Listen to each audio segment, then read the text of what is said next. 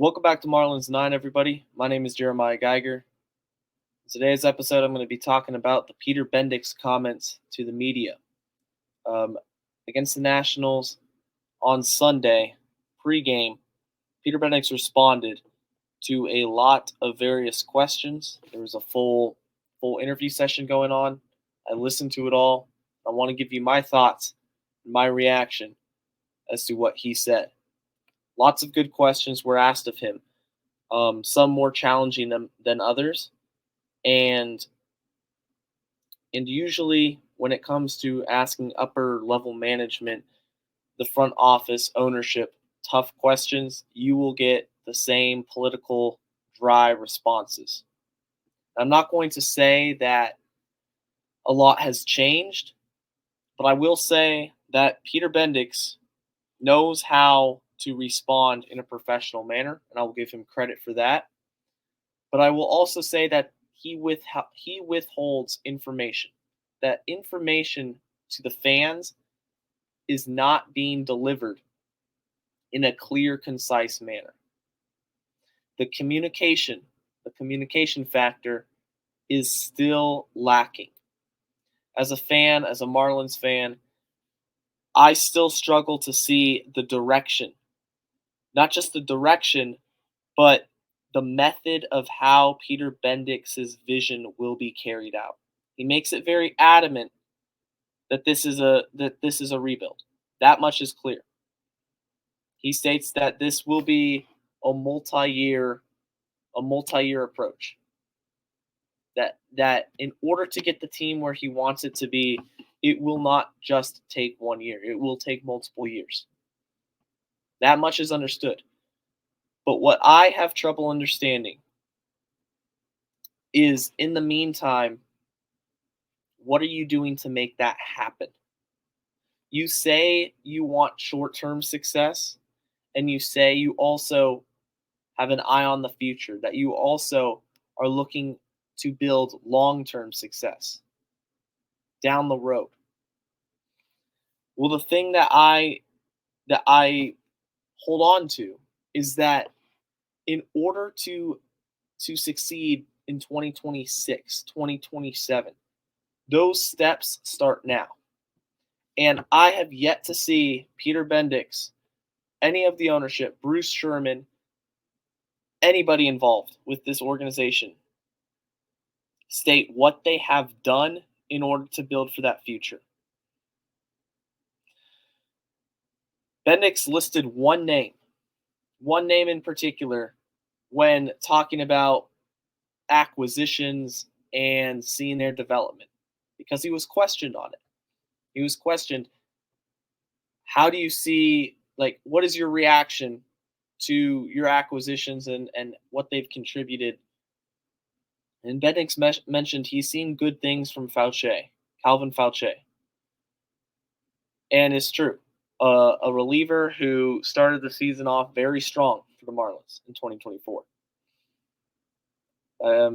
Went 7 2/3 scoreless, I believe, to start his campaign here, and had a rough stretch, had a rough patch the other night, but a good start.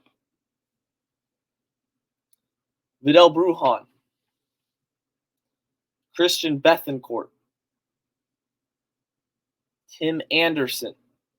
Those are the other three guys that Miami brought in. Didn't mention those guys. Probably because they're not doing very well.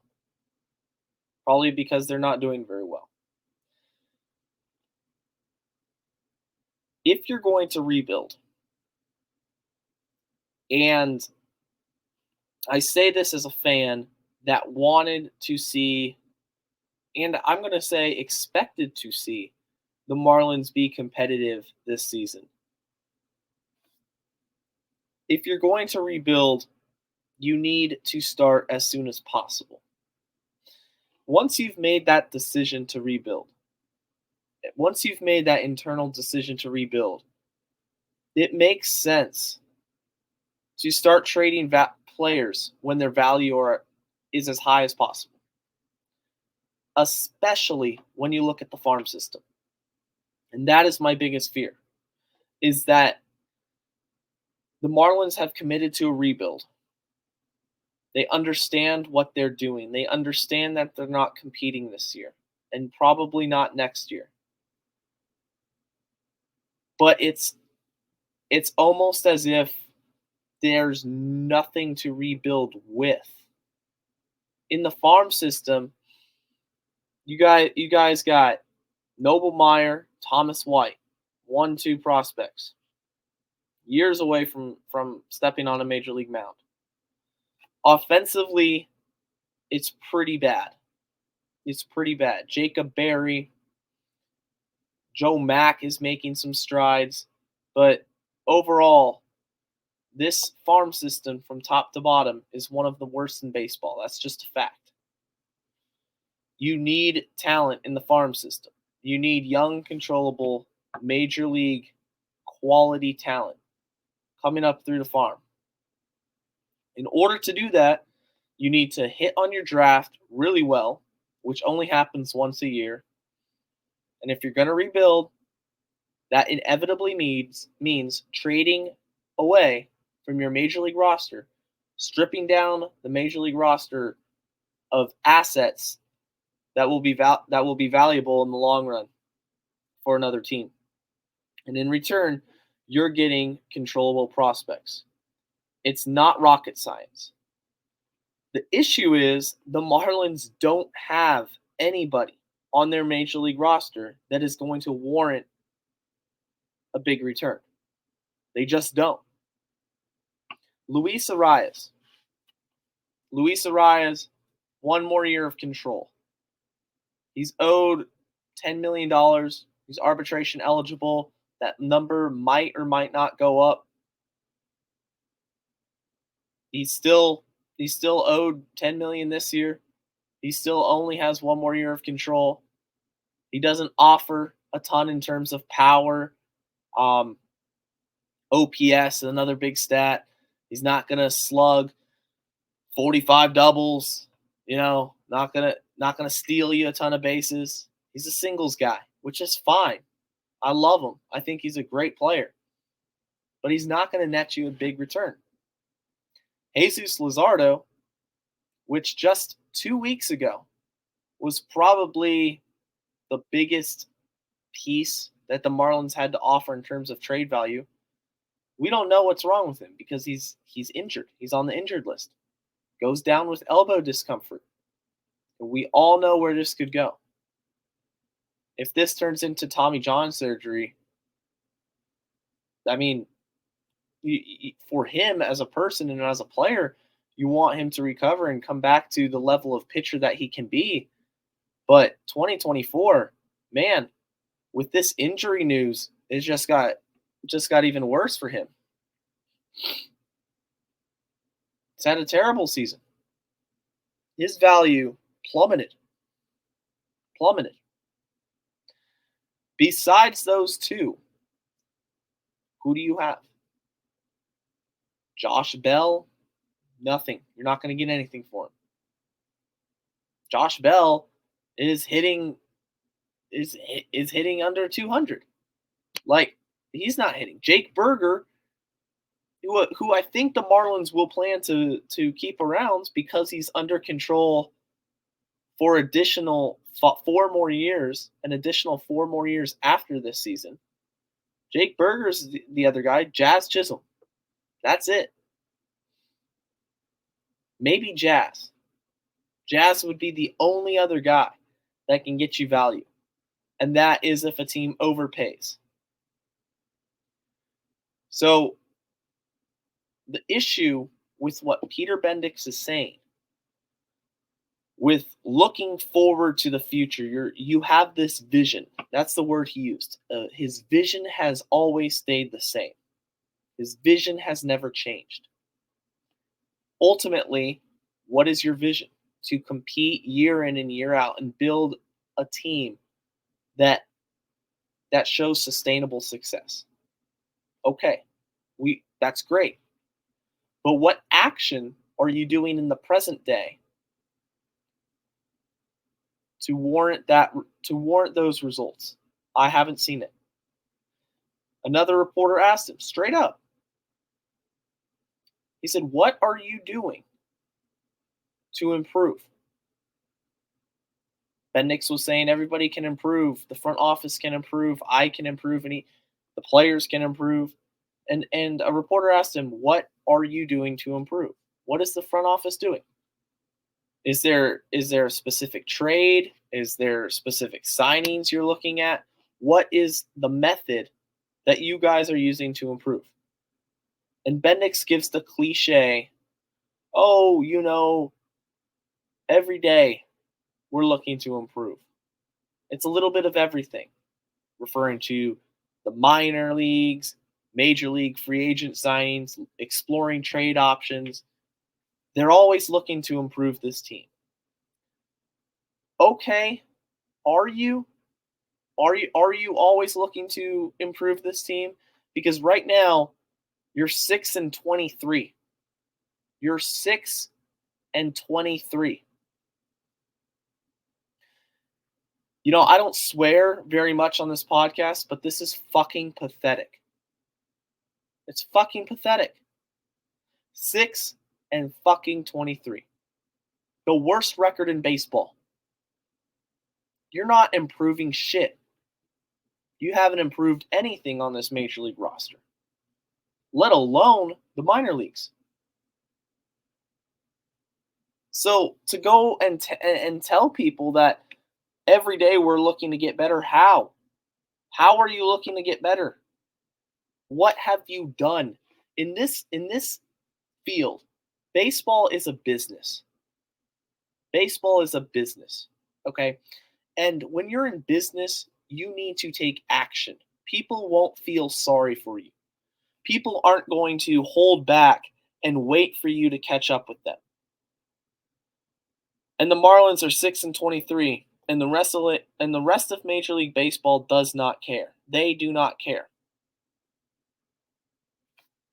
This team might not win 50 games, and that's coming off a playoff appearance.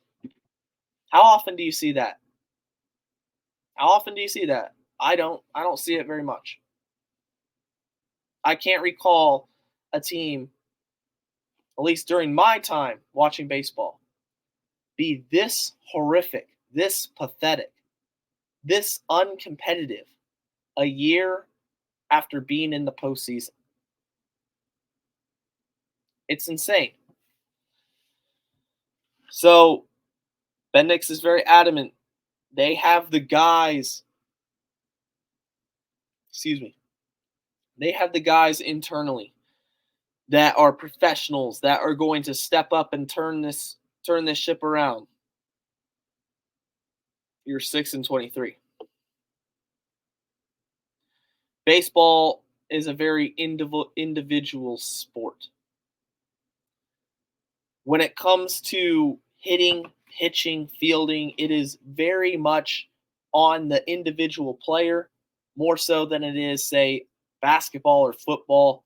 You need a great team because plays in basketball, plays in football require the skill sets of multiple players at once. And baseball does too. But in terms of hitting the baseball, at that moment, it's you versus the pitcher. It's one-on-one. In terms of you fielding the baseball, you and you alone are responsible for fielding that baseball at third base. And the Marlins aren't doing any of it. The current Miami Marlins on the roster are incapable of competing. As a collective group right now, this team has two players, that have OPSs over 700. Brian De La Cruz and Luis Arias, who is the aforementioned singles hitter. That's terrible. And it's only going to get worse. It's only going to get worse. So for Bendix to sit there and say, we have the guys to turn it around, you don't. And this is no disrespect to any of the current Marlins. It's just a fact. You don't. That's why you're rebuilding. Stop pretending Stop acting like you got one foot in the we have the guys we need right now in order to win games. I'm so surprised we're not winning any games. And then have another foot in this is a multi-year process. I have a vision for this team and it's going to take a long time. It's just knock it off. Knock it off. You got a 6-23 record. The worst team in baseball. The fans deserve better, man. The fans deserve better. At this point, I'm numb to the losing. I'm numb to the winning. I am. And I'm a diehard fan. It's just hard to feel something. It's hard to feel something. Like, at this point, the losing is just expected. It's expected. Marlins play the Nationals, jump up to a 7-0 lead. 7-0 lead. Did I feel confident? No. I bet you can guess what happened. If you watch the game, if you listen to the game, you know what happened. They end up losing 12-9 after being up 7-0. Welcome to the Miami Marlins. Day before,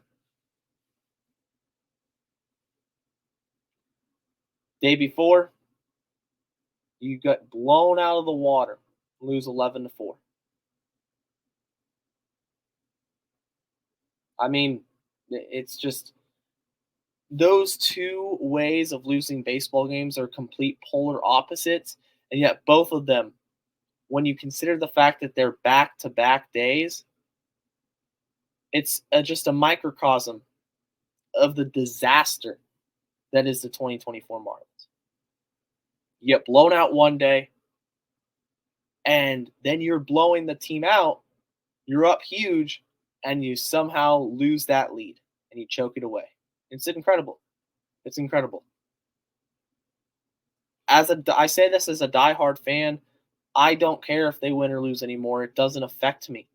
I know where we stand. I know where this team stands in 2024.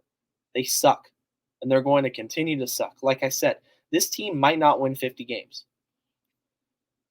Bendix talked about the catching position. He was directly asked about the catchers. And he says, I think that these guys track record. I think these guys have a track record of success. No, they don't. Where are you getting this information? It's a lie.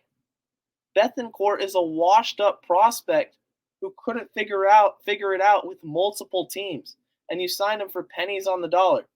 Nick Fortes is a Jeff Mathis 2.0 in terms of hitting. He is terrible. Okay? He was splitting time with Jacob Stallings last season. Like, I'm sorry. They have a combined. They're hitting under 100. Both of them combined. What track record of success? Last year was the first year Nick Fortes had an extended look in the major leagues.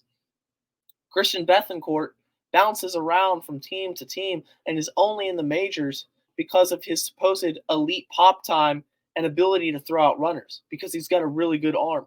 There's no track record of success when it comes to them hitting, when it comes to them contributing to a team. This is terrible.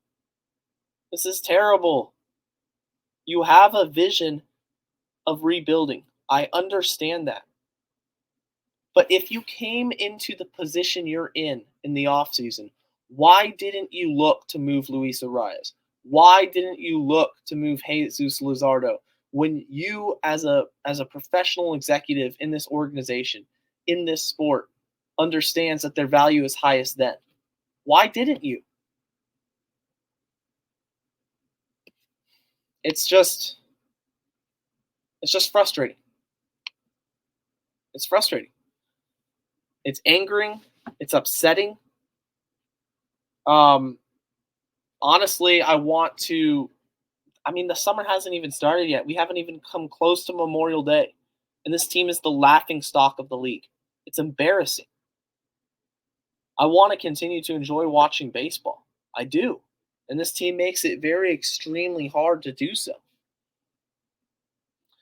Bendix also said, and this is the final point I want to reflect on from his press conference or from his comments with the media. He said, it is the worst thing you can do is evaluate your players too soon. The worst thing you can do is take a look and evaluate sooner rather than later. You want to give them ample time before you make an evaluation. Well, I can give you an honest evaluation of guys like Vidal Brujan. I can give you an honest evaluation of Christian Bethancourt. Yes, Calvin Fauché has been pretty good, but he's not going to move the needle. And an otherwise horrific bullpen, he's been solid. Good job. I applaud you.